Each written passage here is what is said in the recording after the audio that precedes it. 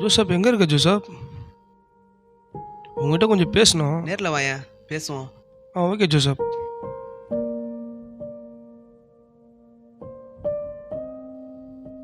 நான் ஜோசப், நீ மட்டும் எப்படி சந்தோஷமா இருக்கிற? அதெல்லாம் ஒன்றும் இல்லை பிரதர்.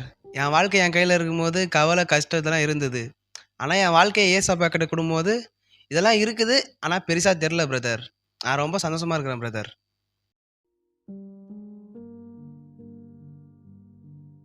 என்ன பிரதர் உங்கள் முகத்தில் சந்தோஷமே தெரியல?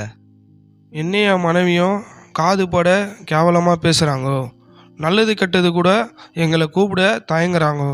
என் வாழ்க்கையில் குழந்தை இல்லாமல் எனக்கு ரொம்ப கஷ்டமாக இருக்குது. கடவுள் கூட எங்களுக்கு இறங்க மாட்டுறாரு. இதுவே எனக்கு ரொம்ப வேதனையாக இருக்குது.